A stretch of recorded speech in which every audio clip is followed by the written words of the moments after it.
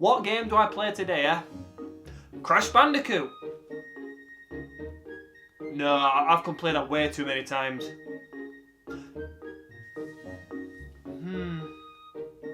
Wait, I've got it. Hot Wheels Turbo Racing. No, I've completed that as well recently. Do you often go through gaming dry spells? You know, usually it occurs when you're waiting for a new game to be released, and in the meantime, you just don't know which game to play from your collection.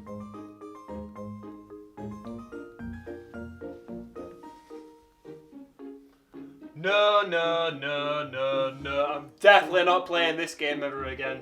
Oh my god, there's so many games here, and this is just PS1 games. Never mind PS2, PS3, PS4 and PS5 games. We'll be here all day. I think we're gonna have to take a chance here.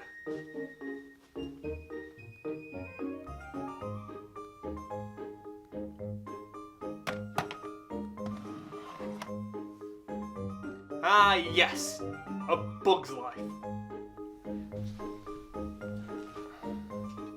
I watched the movie recently, so it seems appropriate to play this game. Now, interestingly, the game gets a bad rep online, so it'd be good to see if this game holds up or not, and if it deserves the reputation it currently has. Well, what are we waiting for? We've waited long enough! A Bug's Life was developed by the legendary Traveller's Tales and published by Disney Interactive in 1998. You may remember Traveller's Tales for this intro that includes a weird but beautiful creature. Damn, that's a lot of goodness. A few years ago, the company entered into the Toys for Life business. Now they're known for the epic Lego games, which at some point I might have to cover. Once the classic Disney intro is finished, you get to watch a clip from the movie. It looks terrible due to the heavy compression, but back in the day, this was amazing. Being able to watch movie clips on a home console was a rarity.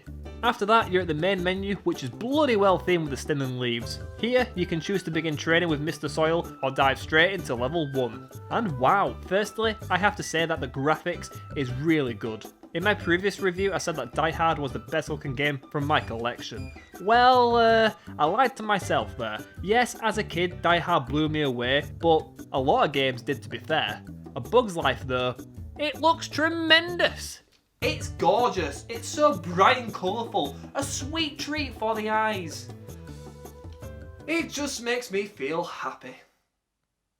So this game is a third Ant collectathon platformer. You play as Flick in short open levels that closely follows events from the movie. To finish a level, you simply have to reach the end post or complete an objective. But you've got to be careful of bigger bugs. There's lots of unfriendly creepy crawlers to encounter, like spiders, flies and earthworms, and they all like to have a nibble. Ooh, would you look at that? A bite is taken out of a small leaf. Adorable! As you can probably tell, this is your health. To restore health, you can collect small leaves with a red cross on them. Usually they drop after defeating bugs, or you can use this plant that shoots them out. Be aware, they also shoot spike seeds that can harm you. Take too many hits and you will lose a life. If you lose them all, it's game over, and you get to watch another movie clip. It's possibly one of the best game over clips in a video game. Have you been playing all summer? You think this is a game? No, please! Well, guess what? You just lost.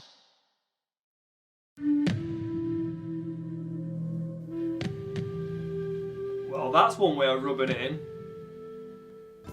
Now, you can't let the big bugs keep bullying you, so in self-defense, you can use the bounce attack to squish them. Cheers, Mr. Soil. Your lessons has taught me to be a ruthless murderer. Besides bouncing around, your most useful attack is to throw berries. Okay, we're offering fruit now. Right, stop it now. I'm fed of you bullying me. I've had enough of it. Here, have a dirty nana. Berries can be upgraded to make them more powerful. By default, you start with the red berry. It's the weakest and it bounces off some bugs. Like here, it doesn't work on the grasshoppers. You think this is a game? Next is the blueberry, which deals double damage, and it can harm all enemies. After that, you get the homing berry, super berry, and then finally, the golden berry, the best berry of the bunch. It kills the enemy for good, as in it stops them from spawning. The Harvester can do this too, but it's slow and it's only featured in some levels. But it's nice to be included. Also, in each level, you can collect 50 pieces of grain. Finding them fully restores your health and it rewards you with a bronze token. To achieve a silver token, you need to locate letters that spell Flick's name. They're usually just out of reach, so you'll need to find a few plant tokens first. Also, it grants you an extra life, which is nice. Lastly, to attain the gold token, you'll need to use the golden berry. You have to kill every enemy in a level, as in you wipe them out. Now enjoy your agonizing death! To help locate some collectibles, you can find Flick's telescope. It shows you a location of interest, like where the gold berry is, the exit, and Oh! I see! Yeah, the draw distance is pretty bad, but it's not the game's fault from a technical perspective. I just find it a bit annoying when exploring the open levels. Grain and plant tokens just appear into existence, and I found myself triple checking areas just to make sure that I've picked up everything. But besides that, I'm fine with the draw distance. So for collecting all 3 tokens, you unlock a bonus movie clip. Being able to watch these clips on a home console was a brilliant idea at the time. Sweet as a nut, and if you wanted, you can re-watch the clips from the main menu, which, again, it looks great and suited to the theme. If you're not that bothered about the bonus clips, then there's no reason to collect the tokens. You can still have fun playing the game casually, however, your overall playtime will be a couple hours shorter as each level doesn't take too long to complete. As you play on, you can collect different types of plant tokens. These tokens allow you to grow various plants that can help you traverse the level and collect everything. To name a few plants, you've got the basic mushroom that you can bounce on, there's a leaf plant that can help you reach high platforms, there's a plant that can shoot out health, and one that produces berries. Collecting the same tokens will upgrade that type of plant. For example, the leaf plant will grow a new platform, berry plants will produce stronger berries, and the mushroom transforms into a propeller in which you can glide from. So it may be a bit confusing to understand, but basically what you got to do is you grab the seed, then you plant the seed, and what you got to do is grab the seed token, then fuck me! It's grown a brick! Interacting with different types of plants can be a little confusing at first, but after a short time playing around with them, you should get the gist of it. In some cases, you're required to use them to progress through a level and solve puzzles. Seeds can be picked up and thrown unless they're embedded in the ground. You can use 2 plants together in fun ways, like you can glide from a propeller into a dandelion and use that to travel further distances. Or maybe not. Oh shit. No, no, no, no! The pain!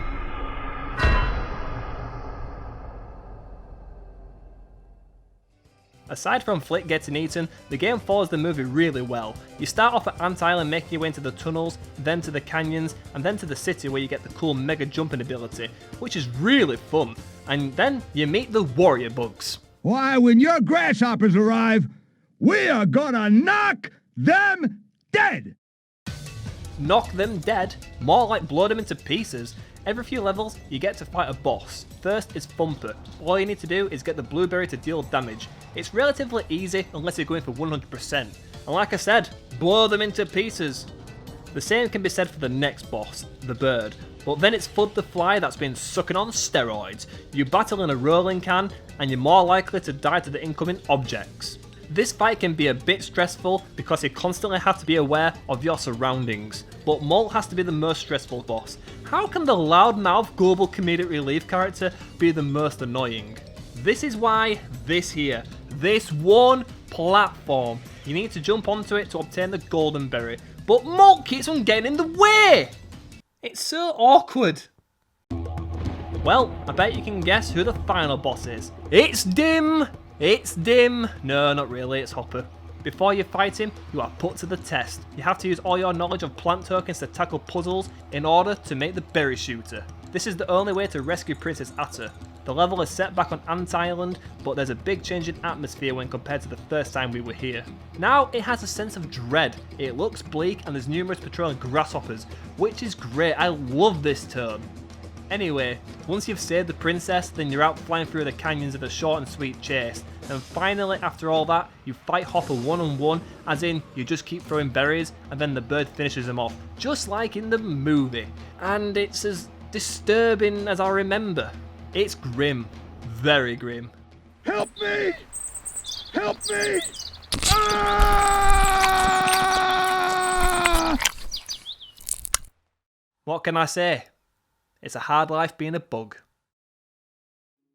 Now that's an afternoon well spent. I think that this game is awesome and it's definitely worth your time if you're into retro games. And come on, it's a Bug's Life. It's a classic.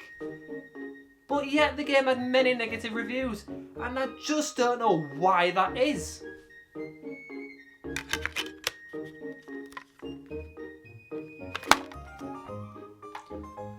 Maybe it's the plant tokens. Maybe that's why the game gets negative reviews.